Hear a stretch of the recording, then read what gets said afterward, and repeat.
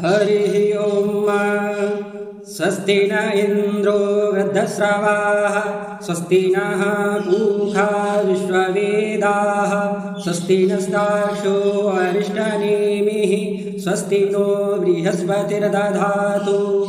पृषदश्वामरुतः प्रश्निमातरः, सुभञ्जाबानो विदधे खुजगमयः, अग्निर्जिह्वामनवः सूरचक्षुषु, विश्वेनो देवा अवसागमन्निः।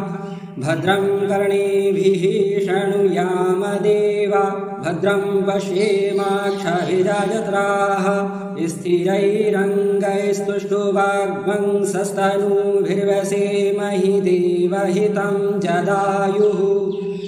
शतमिन्नु शरदो अन्ति देवा, जत्रानुश्चक्राजरसन्तनूनाम्, पुत्रासु जत्र पितरो भवन्ति मानो, मध्यारीरिखतार्युर्गन्तुः। अदितिर्द्यौरदितिरन्तरिक्षमदितिर्माता स पिता स पुत्रः, विश्वे देवा अदितिः पञ्चजना, अदितिर्जातमदितिर्जनित्वम्। द्यौः शान्तिरन्तरिक्षगुं शान्तिः, पृथिवी शान्तिरापः शान्तिरोषधयः, शान्तिः वनस्पतयः, शान्तिर्विश्वे देवाः, शान्तिर्ब्रह्म शान्तिः, सर्वगं शान्तिः, शान्तिरेव शान्तिः, सामा शान्तिरेधि।